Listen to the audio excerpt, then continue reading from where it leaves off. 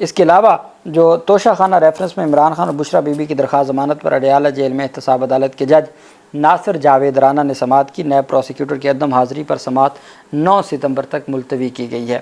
یہ آج اہم پیش رفت سامنے آئی۔ آپ جانتے ہیں کہ جے آئی ٹی جو بنی تھی 9 مئی کے مقدمات کے حوالے سے، پاکستان تحریک انصاف کے سربراہ عمران خان ان کے سامنے بھی ہمیشہ وہ یہی گلہ کرتے تھے کہ ہمیں وہ لیکچرز دیتے ہیں، ہمارے سوالوں کا جواب نہیں دیتے، وہ ہمیں لیکچرز دیتے ہیں اور ساتھ ہمیں متنبہ کرتے ہیں کہ اگر آپ نے اسی طریقے سے غیر قانونی کارروائیاں کرتے رہے تو جب ہماری حکومت آئے گی تو ہم یہ کریں گے، جب ہماری حکومت آئے گی ہم آپ کو ہٹا دیں گے، آپ کے خلاف مقدمات کریں گے۔ تو وہ باقاعدہ طور پر ایک رپٹ درج ہوئی تھی اندراج مقدمہ کی کہ عمران خان نے تھریٹ کیا جے آئی ٹی ممبران کو اور جے آئی ٹی کے جو لوگ ہیں ان کو۔ آج بھی اسی نوعیت کی بات کی گئی ہے اور آج میڈیا کے اوپر جو مبینہ طور پر یہ کہا جا رہا ہے کہ عمران خان نے دھمکیاں دی ہیں متعلقہ لوگوں کو۔ دوسری طرف اہم پیش رفت سامنے آئی، پشاور ہائی کورٹ نے علی امین گنڈا پور کی ضمانت کی درخواستوں پر اہم فیصلہ جاری کرتے ہوئے کہا ہے کہ گنڈا پور کو 1.5 ماہ کی حفاظتی ضمانت دی جاتی ہے، کسی مقدمے میں گرفتار نہیں کرنا۔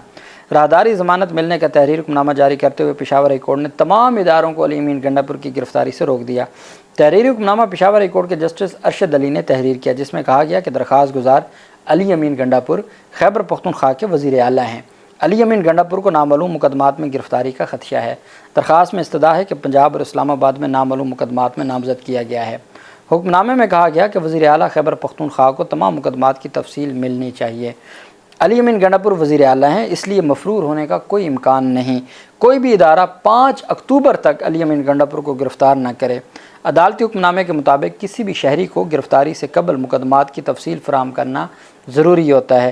علی امین گنڈا پور کو پہلے مختلف مقدمات میں پہلے بھی ضمانت مل چکی ہے، اب ان کو گرفتار کرنے کی کوئی ضرورت نہیں ہے۔ 5 اکتوبر تک کوئی ادارہ ان کو گرفتار نہ کرے، اور اگر ان کے خلاف کوئی مقدمات کی تفصیل سامنے آتی ہے تو یہ متعلقہ عدالتوں سے جا کے رجوع کریں اور متعلقہ عدالتوں میں جا کے پیش ہوں۔ دوسری طرف جو اہم پیش رفت سامنے آئی ہے وہ انٹرا پارٹی انتخابات سے متعلق۔ آپ جانتے ہیں کہ عزیر بھنڈاری صاحب کو وکیل کیا اور عزیر بھنڈاری صاحب نے سب سے پہلے 3-4 درخواستیں دیں۔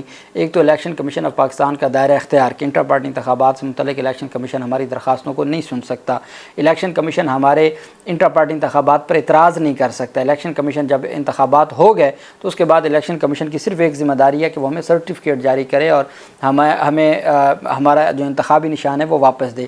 اس کے علاوہ الیکشن کمیشن کے پاس کوئی اختیار نہیں ہے۔ الیکشن کمیشن کا آبجیکشن یا اعتراضات عائد کرنا اور اس پر ہیئرنگ کرنا اور اس کے اوپر اس معاملے کو لٹکانا، اس کا اختیار نہیں ہے الیکشن کمیشن آف پاکستان کے پاس۔ ایک تو یہ درخواست دی۔ دوسری درخواست دی پاکستان تحریک انصاف کی کہ چونکہ ہم نے مخصوص نشستوں کا جو کیس ہے اس میں ہم نے ایک متفرق درخواست دائر کی، عمل درآمد کی، ہم نے اس میں تفصیلات اپنے انٹرا پارٹی انتخابات کی دی ہیں کہ بھئی ہمارے انٹرا پارٹی انتخابات ہو چکے ہیں۔ پہلے بھی بیرسٹر گوہر علی خان کے دستخطوں سے کاغذات نامزدگی اور جن لوگوں کو 39 کو بطور P T I M N A قبول کیا گیا وہ بھی پاکستان تحریک انصاف کے چیئرمین یہی تھے بیرسٹر گوہر علی خان۔ اگر 39 کی حد تک ان کے دستخطوں کو مانا جاتا ہے یا ان کا جو پارٹی سٹرکچر یا تنظیمی سٹرکچر ہے اس کو مانا جاتا ہے تو پھر 41 کی حد تک کیوں نہیں مانا جا رہا؟ اب تو پاکستان تحریک انصاف کے انٹر پارٹی انتخابات ہو چکے ہیں اور وہ انڈر پروسیس ہے الیکشن کمیشن کے پاس، وہ مسترد نہیں ہوئے، تو پھر کیوں آپ پاکستان تحریک انصاف کے جو بیرسٹر گوہر علی خان ہیں ان کو تسلیم نہیں کر رہے؟ تو یہ درخواستیں تھیں، 4 متفرق درخواستیں تھیں کہ جب تک سپریم کورٹ کا فیصلہ نہیں آ جاتا اور ہماری درخواست ڈیسائیڈ نہیں ہو جاتی تو آپ انٹر پارٹی انتخابات کا جو کیس ہے اس کو مؤخر رکھیں۔ الیکشن کمیشن آف پاکستان نے انٹر پارٹی کیس میں پاکستان تحریک انصاف کی 4 متفرق درخواستیں مسترد کر دیں۔ الیکشن کمیشن کی جانب سے 10 صفحات پر مشتمل فیصلہ جاری کیا گیا۔ ممبر سندھ نثار درانی کی جانب سے تحریر کیے گئے فیصلے میں انٹر پارٹی انتخابات میں الیکشن کمیشن کے دائرہ اختیار پر پاکستان تحریک انصاف کا اعتراض مسترد کر دیا گیا۔ الیکشن کمیشن نے انٹر پارٹی انتخابات کیس میں تحریک انصاف کے التوا کی درخواست بھی مسترد کر دی۔ علاوہ ازیں انٹر پارٹی انتخابات کی کارروائی مخصوص نشستوں میں کمیشن کی درخواست پر فیصلے تک مؤخر کرنے کی استدعا بھی مسترد کر دی۔ الیکشن کمیشن نے پاکستان تحریک انصاف کو ایف آئی اے سے پارٹی آفس سے لی گئی دستاویزات کی واپسی کے لیے عدالت سے رجوع کرنے کی ہدایت کی۔ فیصلے میں کہا گیا کہ الیکشن ایکٹ 2017 کی شق 2008 انٹر پارٹی انتخابات کے قانونی تقاضوں کا جائزہ لینا کمیشن کی ذمہ داری ہے۔ شق 209(3) کے تحت سرٹیفکیٹ کے اجراء کے حقائق دیکھنا کمیشن کی ذمہ داری ہے، جو کسی اور جماعت کے تو نہیں دیکھے جا رہے لیکن پاکستان تحریک انصاف کے ضرور دیکھے جا رہے ہیں۔ وہیں پہ پاکستان تحریک انصاف کے پاس اب یہ اختیار آ گیا ہے کہ پاکستان تحریک انصاف ان 4 درخواستوں کے فیصلے کو، جو 10 صفحات کا فیصلہ ہے، اس کو چیلنج کرے اور اسٹے آرڈر لے لے کسی بھی ہائی کورٹ سے، اسلام آباد ہائی کورٹ سے لے لے، تو یہ پاکستان تحریک انصاف کو ریلیف مل جائے گا۔ اور یہ جو 4 درخواستوں پر فیصلہ آیا یہ بہت اچھا ہو گیا، اور یہ عزیر بھنڈاری صاحب کی ایک اچھی موو ہے کہ انہوں نے متفرق درخواستیں دے کے الیکشن کمیشن سے فیصلہ لے لیا۔ اب وہ ہائی کورٹ میں جانے والے بن گئے ہیں اور ہائی کورٹ سے اسٹے آرڈر لینے والے۔ جو آج نیب ترمیم سے متعلق ایک فیصلہ آیا ہے، اس میں قاضی صاحب نے منصور علی شاہ صاحب سے متعلق یہ لکھا ہے کہ منصور علی شاہ صاحب نے اپنا جو اختلافی نوٹ لکھا تھا، جو 3 رکنی بینچ تھا، عمر عطا بندیال اور اعجاز الاحسن اور منصور علی شاہ، تو اس میں 2 ججز نے اکثریتی 2-1 سے فیصلہ تھا۔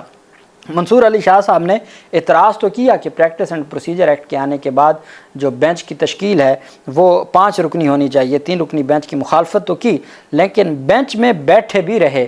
اگر وہ بینچ سے اٹھ جاتے تو عمر عطا بندیال اور جسٹس اعجاز الاحسن صاحب فیصلہ ہی نہ کر پاتے۔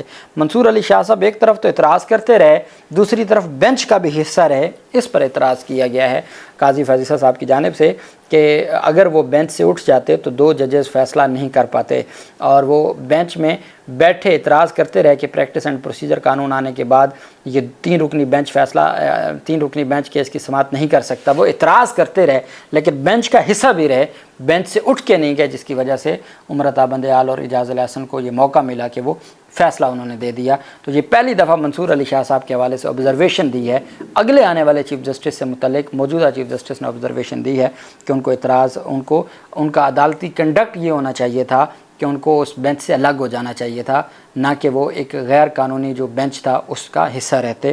اللہ پاک پاکستان کا حامی و ناصر ہو۔ بہت شکریہ۔ اللہ حافظ۔ پاکستان زندہ باد۔